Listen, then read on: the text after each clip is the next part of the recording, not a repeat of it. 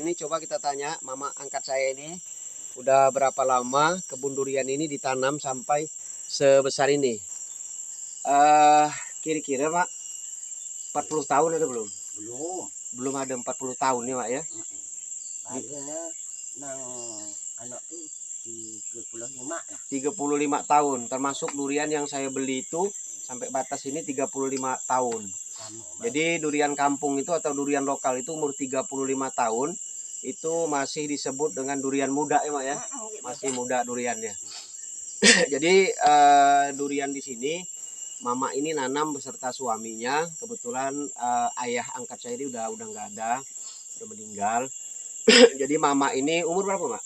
Mau aku 58. Nah, jadi mama angkat saya ini umurnya 58 tahun, tapi masih mampu untuk jalan dari rumah sampai ke gunung ini, ya boleh dikatakan ada tanjakan yang namanya gunung kan, tanjakan tapi beliau masih diberi Allah kesehatan,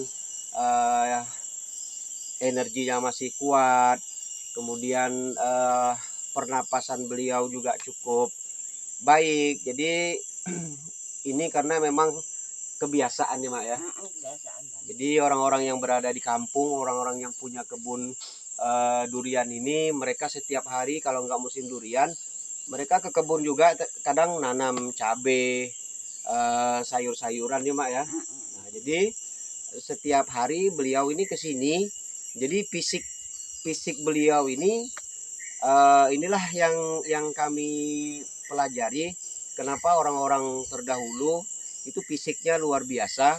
Padahal kalau kita ambil standar makanan orang-orang terdahulu nggak seperti kita saat ini yang memang menunya luar biasa terkadang ya. Tapi persoalan fisik mereka jauh lebih sehat, jauh lebih kuat. Kemudian dari segi mental, mama ini juga boleh saya bilang mentalnya luar biasa. Kadang beliau sendiri ke sini juga berani, padahal ini yang namanya hutan Kalimantan, hutan besar ya. Cuman alhamdulillah untuk hewan-hewan buas seperti di Sumatera, alhamdulillah sampai saat ini juga belum ada ya. Jadi mama selama berkebun durian ini dari dulu pernah nggak ketemu beruang? Nggak pernah. Orang hutan? Nah, jadi di jalur ini beruang atau orang hutan itu dia paling atas sana. Jadi memang kayaknya hewan-hewan buas itu udah mengerti bahwa ini jalur yang memang dikelola masyarakat. Jadi mereka di sana kebetulan kan mereka juga dilindungi, nggak boleh kita tembak, nggak boleh kita tangkap untuk dipelihara. Kebetulan memang kawan-kawan dari dulu ada yang namanya kawan-kawan dari kehutanan, kawan-kawan dari BKSDA juga memang sering masuk sini. Kami juga mengontrol wilayah ini. Jadi hewan-hewan buas nggak pernah turun sampai ke jalur durian ini Mak ya. Nah, jadi mudah-mudahan nah menurut beliau ini dari dulu babi, kemudian monyet ya. Monyet juga kalau bukan musim durian kami juga nggak mau nembak. Tapi kalau musim durian merusak apa boleh buat, karena memang ini kan kita kebun gitu ya. Jadi dulu berarti Mak betul-betul tinggal di sini ya Mak ya? Jadi beliau ini dulu memang tinggalnya di sini di hutan. Jadi orang-orang Kalimantan itu memang hobi atau senang tinggal di hutan. Pertama menurut mereka pelihara ayam juga di sini. Jadi apa namanya? Yang jelas makan enak ya Mak ya.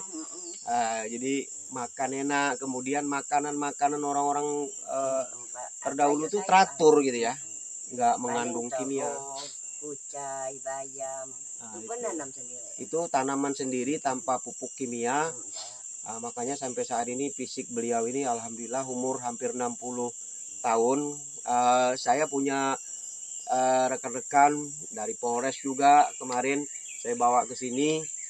Ternyata fisik mereka juga kalau dibanding dengan mama angkat saya ini ya boleh dibilang masih menang beliau dari segi pernapasan. Karena memang beliau ini setiap hari beliau ke hutan sehingga fisiknya terjaga. Kemudian beliau juga mengerti hal-hal yang memang membahayakan di hutan. Jadi saya juga banyak belajar dari beliau. Saya sekarang tanya segala sesuatu yang memang tidak diperbolehkan di hutan juga sering saya tanya sama beliau, sehingga menjadi pembelajaran buat saya ketika saya masuk hutan. Jadi alhamdulillah saya tadi malam berada di sini jam setengah 1 malam. Saya berangkat dari sana ke sini sendiri jalan kaki. Kemudian saya nyanggong di lubang landak, ternyata belum ada rezeki. Nah, sebenarnya saya juga bukan orang yang pemberani, tapi karena saya paham seperti apa hal-hal yang memang mistis, hal-hal yang memang menurut orang sini membahayakan ya, Mak ya. Udah dibuka tanahnya. Nah, jadi dulu ketika lahan ini mau dirimba artinya ditebang pokok kayu-kayunya mau ditanam durian. Jadi almarhum ayah itu udah membuka ya. Jadi kami orang kampung ini punya tradisi namanya tuh membuka lahan, Pak ya. Nah, jadi membuka lahan itu mungkin kalau dalam istilah kehidupan sehari-hari satu tata krama di mana manusia memohon kepada Rabbnya, kepada Allah untuk minta izin membuka lahan di sini. Di samping itu mungkin ada tradisi-tradisi lain yang memang saya juga nggak mau menanyakan karena posisi saya di hutan juga. Nah, jadi ada hal-hal yang memang boleh kami bicarakan di hutan, ada yang tidak. Beginilah kami orang Kalimantan ini yang sangat selalu menjaga hubungan baik antara kami dengan alam. Nah, antara kami dengan tumbuh-tumbuhan juga kami jaga karena menurut orang antara manusia dan tumbuh-tumbuhan itu tidak ada hubungan secara kejiwaan, tapi menurut kami orang Kalimantan itu ada gitu ya. Jadi itulah yang menyebabkan kami berani ke hutan bukan karena kami seorang pemberani, tapi memang kami paham ya, Mak ya. Kita paham mana yang boleh kita lakukan, mana yang tidak, mana suara-suara yang sifatnya gaib, mana yang tidak, kami udah hafal. Mana suara burung yang menyerupai suara ketawanya apa itu, nah, kami udah paham. Jadi mana yang asli, mana yang palsu, kami sudah bisa bedakan. Itulah sebabnya kenapa kami berani ke hutan. Mudah-mudahan hutan ini tetap bisa kami jaga, tetap kami lestarikan karena memang di sini kebun durian kami juga. Jadi hari ini saya tidak tidak bersih-bersih kebun, tapi sengaja saya duduk bersama beliau ini bersilaturahim dengan mama angkat saya ini. Kebetulan udah hampir 2 bulan juga saya baru ketemu dengan beliau ini. Nah, mudah-mudahan beliau ini sehat walafiat, bisa memberikan wawasan kepada kami juga bagaimana perilaku kami di hutan. Mudah-mudahan bisa menjadi satu pembelajaran, satu edukasi buat saudara-saudara kami, terutama para bediler, para pemilik kebun, supaya tetap menjaga tata krama antara kita dan alam. Saya kira cukup, mudah-mudahan bermanfaat. Mohon doanya untuk mama saya ini, mudah-mudahan beliau sehat walafiat, bisa beraktivitas di kebun. Assalamualaikum warahmatullahi wabarakatuh.